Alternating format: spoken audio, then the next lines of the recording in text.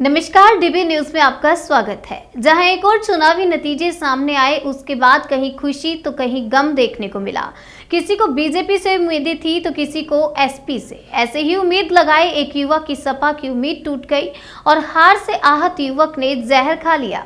क्या है पूरा मामला, आइए खबरों में विस्तार से देखते हैं।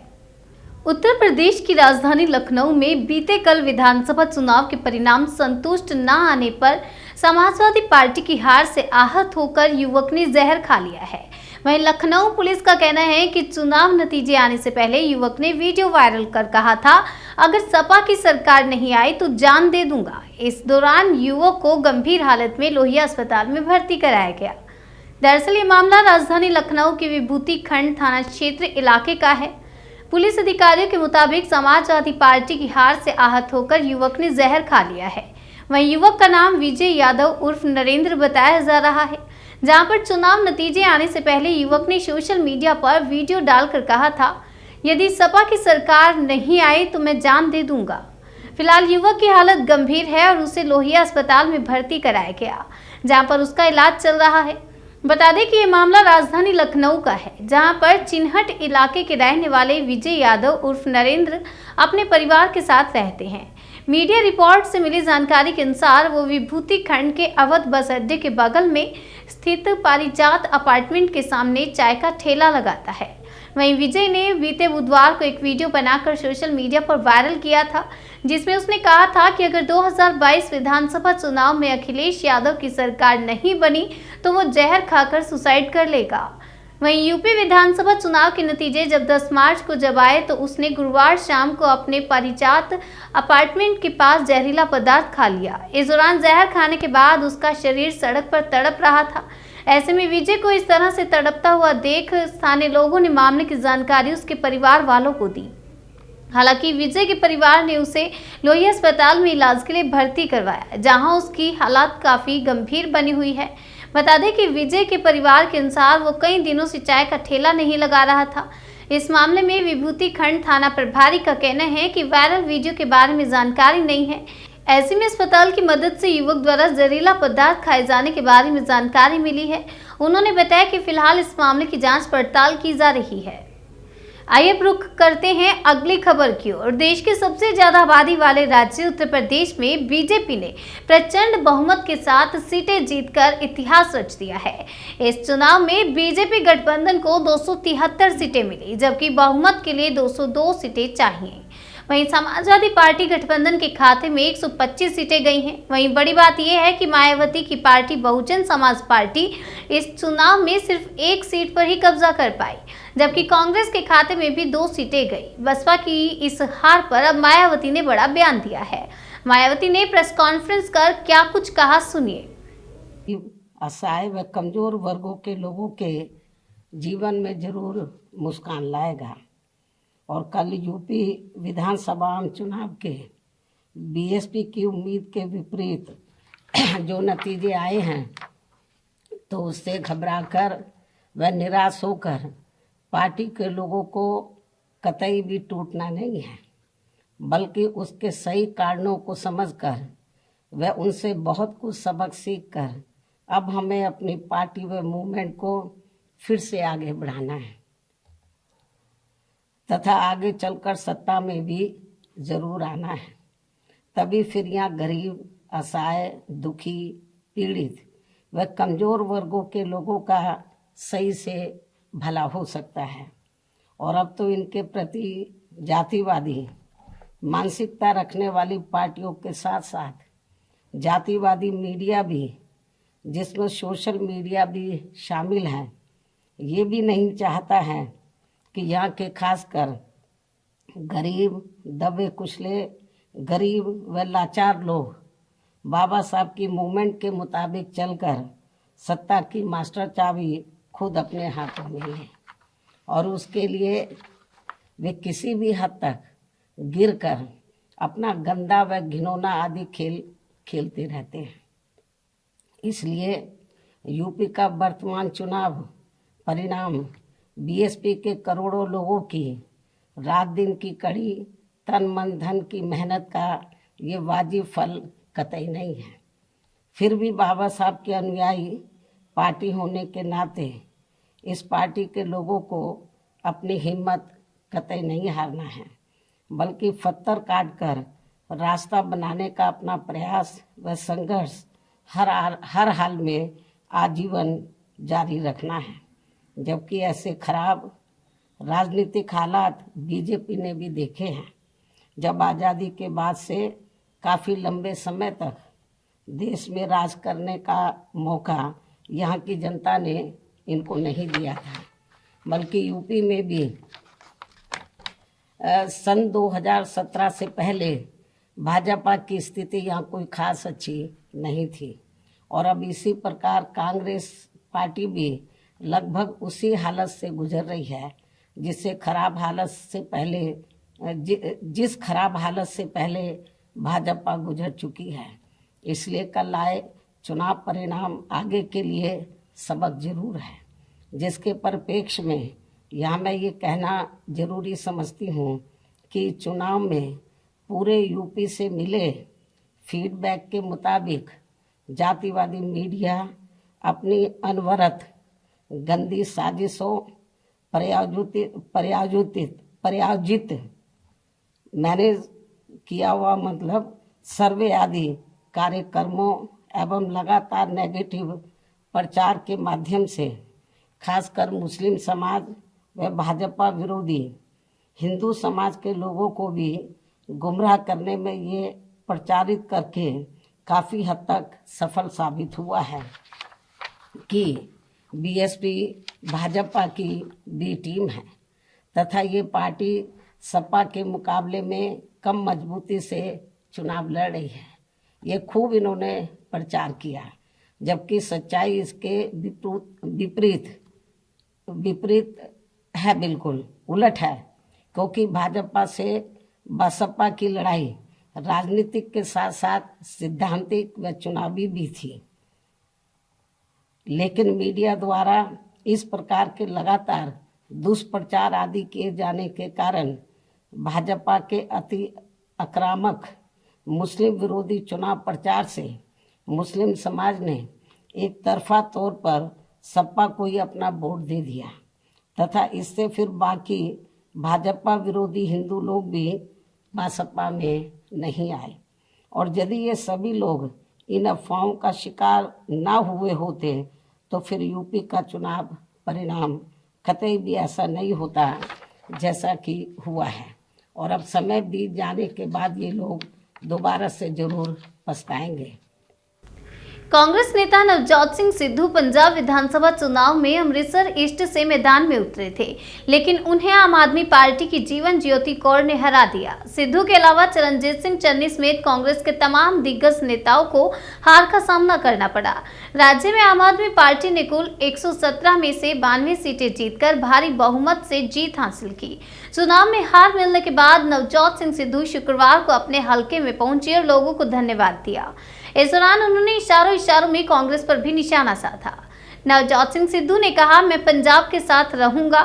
जिन लोगों ने गड्ढे खोदे और सिद्धू को नीचा दिखाने की कोशिश की, उन्हें भुगतना पड़ा है। ये राजनीति बदलाव की थी। जनता को बधाई।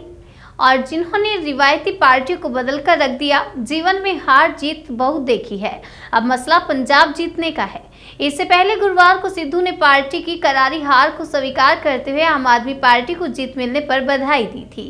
कांग्रेस नेता ने गुरुवार को ट्वीट किया, लोगों की आवाज भगवान की आवाज होती है, हम अपनी हार को स्वीकार करते हैं। पंजाब के लोगों का फैसला सराखों पर, आम आदमी पार्टी को जीत की बधाई। खास बात ये रही कि अमृतसर इस सीट पर नवजोत सिंह सिद्धू के अलावा अकाली दल के विक्रम सिंह मजीठिया भी चुनाव लड़ रहे थे, लेकिन इन दोनों दिग्गज नेताओं को हार का सामना करना पड़ा और आप की उम्मीदवार ने जीत हासिल कर सभी को चौंका दिया। दिल्ली के सीएम अरविंद केजरीवाल ने नगर निगम चुनाव टाले जाने को लेकर केंद्र सरकार पर सवाल उठाए हैं।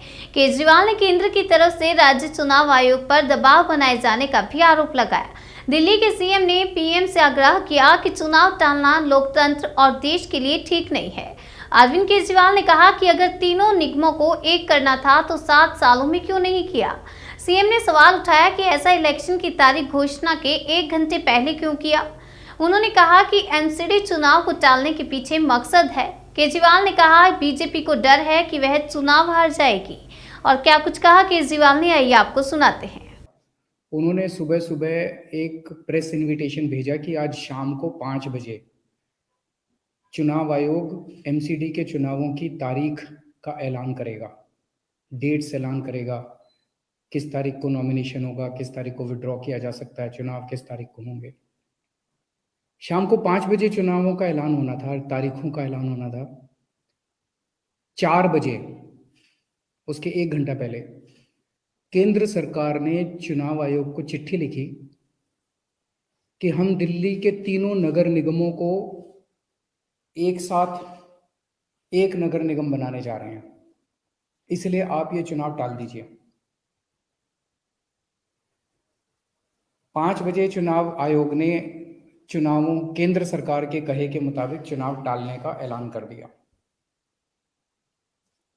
शायद भारत के इतिहास में पिछले 75 साल में आजादी के बाद से पहली बार ऐसा हुआ होगा कि केंद्र सरकार ने सीधे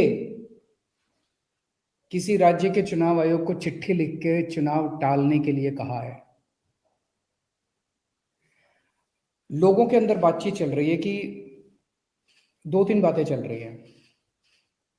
7 साल से 8 साल से केंद्र में भारतीय जनता पार्टी की सरकार है। 8 साल, अगर इनको तीनों एमसीडीज को एक साथ करना था, इकट्ठा करना था, 8 साल में इन्होंने क्यों नहीं किया? चुनाव की तारीखें ऐलान करने के 1 घंटा पहले इनको अचानक याद आई कि अब हमें तीनों एमसीडी को इकट्ठा करना है, इसलिए चुनाव टाल दिए जाएं। तो लोग कह रहे हैं कि एमसीडी को इकट्ठा करना, एक करना तो बहाना है, मकसद चुनाव टालने का था। क्योंकि बीजेपी को लग रहा था कि दिल्ली में अगर चुनाव होंगे तो आम आदमी पार्टी की जबरदस्त लहर है, बीजेपी उस लहर में बह जाएगी और बीजेपी हार जाएगी, इसलिए चुनाव टालने के मंशा से ये किया गया। दूसरा, ये भी लोग कह रहे हैं कि चुनावों का तीनों नगर निगम एक साथ करने से क्या लेना देना है। आज 3 नगर निगम है दिल्ली में, 272 वार्ड हैं, कुछ इसमें कुछ इसमें कुछ इसमें। तो तीनों नगर निगम के काउंसलर अपने अलग अलग नगर निगम में बैठते हैं। चुनाव हो जाने दीजिए, अगर तीनों को इकट्ठा भी कर दोगे आप तो वो एक जगह बैठने लग जाएंगे। दोबारा चुनाव कराने की क्या जरूरत है? अभी चुनाव रोकने की क्या जरूरत है? चुनाव टालने की क्या जरूरत है? चुनाव करवाओ, नए काउंसलर आएंगे और नए काउंसलर जो भी आएंगे वो जब तक तीनों नगर निगम है तीनों में बैठ जाएंगे, एक नगर निगम होगा वो एक साथ आके बैठ जाएंगे। तो चुनाव टालने की तो जरूरत ही नहीं थी। लेकिन मकसद तीनों नगर निगम एक साथ करने का नहीं था। अगर करना होता तो 7 साल में कर लेते ये लोग। मकसद था चुनाव टालने का। ये देश के लिए अच्छा नहीं है, दोनों चीजें अच्छी नहीं है। जो केंद्र सरकार ने चिट्ठी लिख के चुनाव टालने को कहा वो भी ठीक नहीं है, और चुनाव आयोग केंद्र सरकार के सामने झुक गया और चुनाव टाल दिए, ये भी अच्छा नहीं है जनतंत्र के लिए। मेरी हाथ जोड़ के प्रधानमंत्री जी से अपील है, प्रधानमंत्री जी,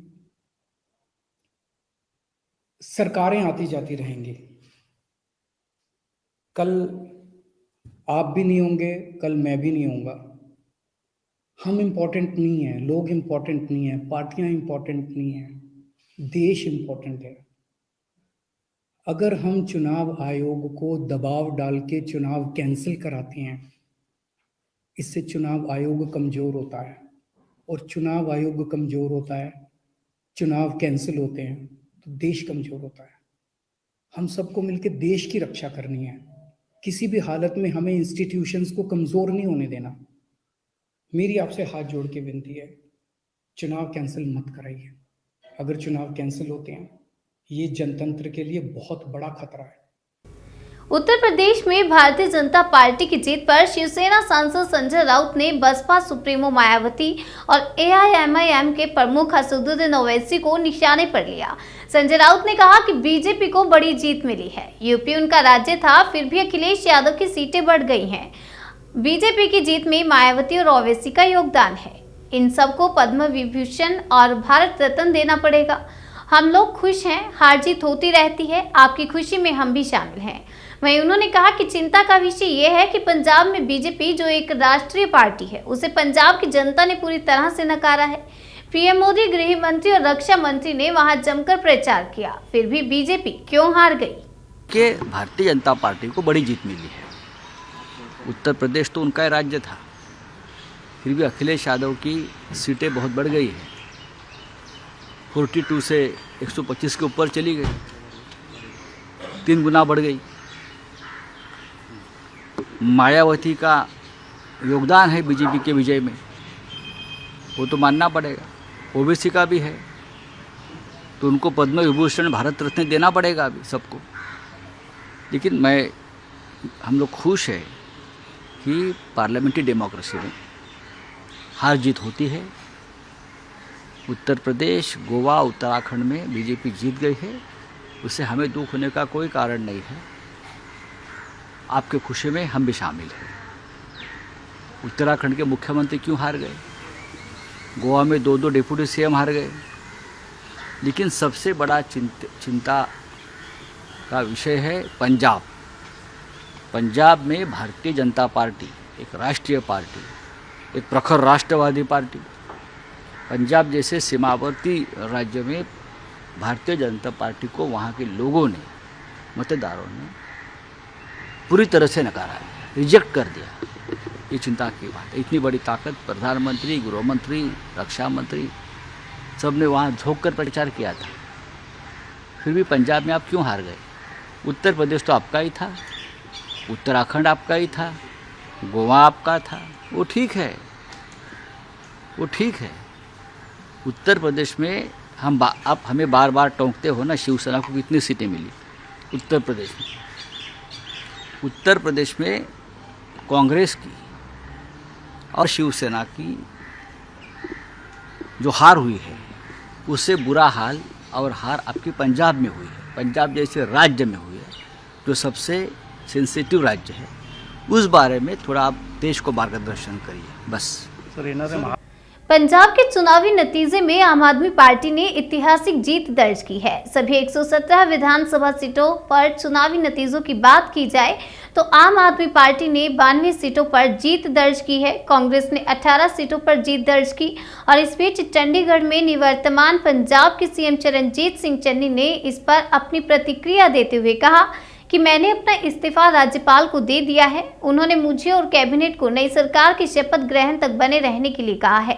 मैं लोगों के जनादेश को स्वीकार करता हूं। दिन ऐसी जो काम कीता हो ऐसी कैबिनेट ਦੇ ਵਿੱਚ ਵੀ ਅੱਜ ਪਾਸ ਕੀਤਾ ਹੈ। ਨਵੀਂ ਸਰਕਾਰ ਨੂੰ ਬੇਨਤੀ ਕੀਤੀ ਹੈ ਕਿ ਜੋ ਐਸੀ ਲੋਕ ਹਿੱਤ ਦੇ ਫੈਸਲੇ ਪਬਲਿਕ ਹਿੱਤ ਦੇ ਵਿੱਚ 111 ਦਿਨਾਂ ਵਿੱਚ ਰੱਖੇ ਹੈ ਲਏ ਹੈ, ਉਹਨਾਂ ਨੂੰ ਅੱਗੇ ਕੰਟੀਨਿਊ ਜਾਰੀ ਰੱਖਿਆ ਜਾਵੇ। ਜਿਹਦੇ ਵਿੱਚ ਅਸੀਂ ਬਿਜਲੀ ਦੇ ਰੇਟ ਘਟਾਏ ਹੈ, ਪੈਟਰੋਲ ਦੇ ਰੇਟ ਘਟਾਏ ਹੈ, ਡੀਜ਼ਲ ਦੇ ਰੇਟ ਘਟਾਏ ਹੈ, ਰੇਤੇ ਦੇ ਰੇਟ ਘਟਾਏ ਹੈ, ਬਿਜਲੀ ਦੇ ਬਕਾਏ ਮਾਫ ਕੀਤੇ ਹੈ। ਬਹੁਤ ਸਾਰੇ ਹੋਰ ਫੈਸਲੇ ਲਗਭਗ 111 ਦਿਨਾਂ 'ਚ 111 ਫੈਸਲੇ ਲੋਕਾਂ ਦੇ ਹਿੱਤ ਦੇ ਲਏ ਹੈ। ਐਸੀ ਨਵੀਂ ਸਰਕਾਰ ਜਿਹੜੀ ਆ ਰਹੀ ਹੈ ਉਹਨੂੰ ਬੇਨਤੀ ਕੀਤੀ ਹੈ ਕਿ ਉਹਨਾਂ ਨੂੰ ਕੰਟੀਨਿਊ ਕੀਤਾ ਜਾਵੇ। ਪੰਜਾਬ ਦੇ ਲੋਕਾਂ ਨੇ ਪੰਜਾਬ ਦੇ ਲੋਕਾਂ ਨੇ ਬਦਲਾਵ ਨੂੰ ਵੋਟਾਂ ਪਾਈਆਂ। ਉਹ ਬਦਲਾਵ ਚਾਹੁੰਦੇ ਸੀ, ਆਮ ਆਦਮੀ ਪਾਰਟੀ ਦੀ ਸਰਕਾਰ ਬਣੀ ਹੈ। ਸਾਨੂੰ ਉਮੀਦ ਹੈ ਕਿ ਜਿਹੜੇ ਸੁਪਨੇ ਉਹਨਾਂ ਨੇ ਲੋਕਾਂ ਨੂੰ ਦਿਖਾਏ ਹੈ ਉਹਨਾਂ ਤੇ ਉਹ ਪੂਰੇ ਉਤਰਨਗੇ ਤੇ ਐਸੀ ਪੂਰੀ ਤਰ੍ਹਾਂ ਕੋਆਪਰੇਟ ਕਰਾਂਗੇ ਨਵੀਂ ਸਰਕਾਰ ਨੂੰ। ਦੀ ਮੀਟਿੰਗ ਬੁਲਾ ਕੇ 15ਵੀਂ ਵਿਧਾਨ ਸਭਾ ਭੰਗ ਕਰਨ ਦੀ ਸਿਫਾਰਿਸ਼ ਐਸੀ ਗਵਰਨਰ ਸਾਹਿਬ ਨੂੰ ਕੀਤੀ ਹੈ ਤੇ ਮੈਂ ਆਪਣਾ ਅਸਤੀਫਾ ਗਵਰਨਰ ਸਾਹਿਬ ਨੂੰ ਸੌਂਪ ਦਿੱਤਾ ਹੈ। ਗਵਰਨਰ ਸਾਹਿਬ ਨੇ ਨਵੀਂ ਸਹੁੰ ਚੱਕਣ ਤੱਕ ਮੈਨੂੰ ਕੰਟੀਨਿਊ ਕਰਨ ਵਾਸਤੇ ਕਿਹਾ ਹੈ, ਕੈਬਨਿਟ ਨੂੰ ਕੰਟੀਨਿਊ ਕਰਨ ਵਾਸਤੇ ਕਿਹਾ ਹੈ। ਸੋ ਜੋ ਪਬਲਿਕ ਦਾ ਫੈਸਲਾ ਆਇਆ ਸਾਨੂੰ ਸਿਰ ਮੱਥੇ ਹੈ। ਅਸੀਂ ਉਸ ਤਹਿਤ ਪੰਜਾਬ ਦੇ ਲੋਕਾਂ ਦੀ ਸੇਵਾ ਦੇ ਵਿੱਚ ਹਾਜ਼ਰ ਰਹਾਂਗੇ, ਆਪਣੀ ਡਿਊਟੀ ਕਰਦੇ ਰਹਾਂਗੇ, ਪਬਲਿਕ ਦੇ ਵਿੱਚ ਰਹਾਂਗੇ, ਪਬਲਿਕ ਦੇ ਕੰਮ ਜੋ ਜਿੰਨੇ ਅਸੀਂ ਕਰ ਸਕਦੇ ਹਾਂ। 111 ਦਿਨ ਤੱਕ ਕਾਰਜਕਾਲ ਕੀ ਲੋਕਾਂ ਨੂੰ ਪਸੰਦ ਨਹੀਂ ਆਇਆ। ਇਸ ਤਰ੍ਹਾਂ ਹੈ ਕਿ 111 ਦਿਨ ਐਸੀ ਜੋ ਕੰਮ ਕੀਤਾ ਉਹ ਅਸੀਂ ਕੈਬਨਿਟ ਦੇ ਵਿੱਚ ਵੀ ਅੱਜ ਪਾਸ ਕੀਤਾ ਹੈ। ਨਵੀਂ ਸਰਕਾਰ ਨੂੰ ਬੇਨਤੀ ਕੀਤੀ ਹੈ ਕਿ ਜੋ ਅਸੀਂ ਲੋਕ ਹਿੱਤ ਦੇ ਫੈਸਲੇ ਪਬਲਿਕ ਹਿੱਤ ਦੇ ਵਿੱਚ 111 ਦਿਨਾਂ ਵਿੱਚ ਰੱਖੇ ਹੈ ਲਏ ਹੈ ਉਹਨਾਂ ਨੂੰ ਅੱਗੇ ਕੰਟੀਨਿਊ ਜਾਰੀ ਰੱਖਿਆ ਜਾਵੇ, ਜਿਹਦੇ ਵਿੱਚ ਅਸੀਂ ਬਿਜਲੀ ਦੇ ਰੇਟ ਘਟਾਏ ਹੈ, ਪੈਟਰੋਲ ਦੇ ਰੇਟ ਘਟਾਏ ਹੈ, ਡੀਜ਼ਲ ਦੇ ਰੇਟ ਘਟਾਏ ਹੈ, ਰੇਤੇ ਦੇ ਰੇਟ ਘਟਾਏ ਹੈ, ਬਿਜਲੀ ਦੇ ਬਕਾਏ ਮਾਫ ਕੀਤੇ ਹੈ, ਬਹੁਤ ਸਾਰੇ ਹੋਰ ਫੈਸਲੇ ਲਗਭਗ 111 ਦਿਨਾਂ 'ਚ 111 ਫੈਸਲੇ ਲੋਕਾਂ ਦੇ ਹਿੱਤ ਦੇ ਲਏ ਹੈ। ਐਸੀ ਨਵੀਂ ਸਰਕਾਰ ਜਿਹੜੀ ਆ ਰਹੀ ਹੈ ਉਹਨੂੰ ਬੇਨਤੀ ਕੀਤੀ ਹੈ ਕਿ ਉਹਨਾਂ ਨੂੰ ਕੰਟੀਨਿਊ ਕੀਤਾ ਜਾਵੇ। ਪੰਜਾਬ ਦੇ ਲੋਕਾਂ ਨੇ ਚੁੱਪ ਯਾਰ ਬੋਲਣ ਦੋ। ਪੰਜਾਬ ਦੇ लोगों ने बदलाव ਨੂੰ ਵੋਟਾਂ ਪਾਈਆਂ, वो बदलाव चाहते। डीबी न्यूज में आज के लिए फिलहाल इतना ही। तब तक के लिए मुझे दीजिए इजाजत और देखते रहिए डीबी न्यूज।